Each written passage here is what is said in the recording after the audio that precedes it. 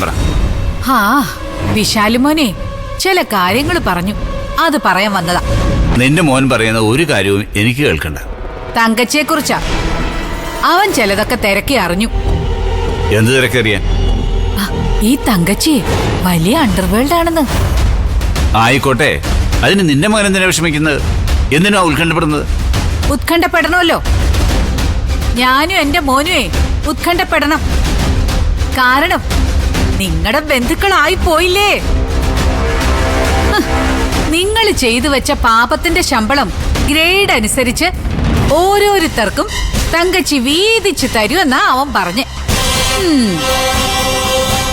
നിങ്ങളുമായി ബന്ധപ്പെട്ട എല്ലാവരും തങ്കച്ചിയുടെ നോട്ടപ്പുള്ളികളാ, ശ്രുതിമോള് വരെ. ഇനി ഞാൻ പറഞ്ഞില്ല എന്ന് വേണ്ട. ആ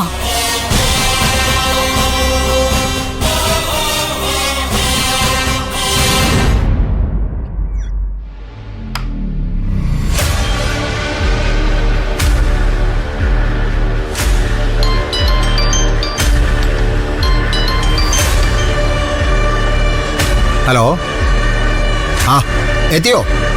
ആ വാ വാ, ഞാൻ കാത്തിരിക്കുകയില്ലേ. എനിക്കറിയാമായിരുന്നു ഞാൻ മൂന്നാമത്തെ പെഗിൽ ഐസ് ക്യൂബ് ഇടുമ്പോഴേക്കും മോനിങ് എത്തുമെന്ന്. വാ വാ. ആരാ നടേശൻ സാറേ?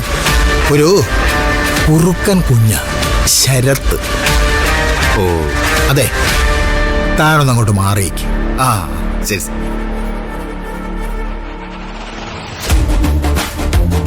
സാറേ, ആ ആട്ടിച്ച് കേറി വാ. ഇരിക്ക്. ആ സാറ് ചെസ് കളിക്കുമല്ലേ? എല്ലാ കളിയും നടേശൻ സാറ് കളിക്കും.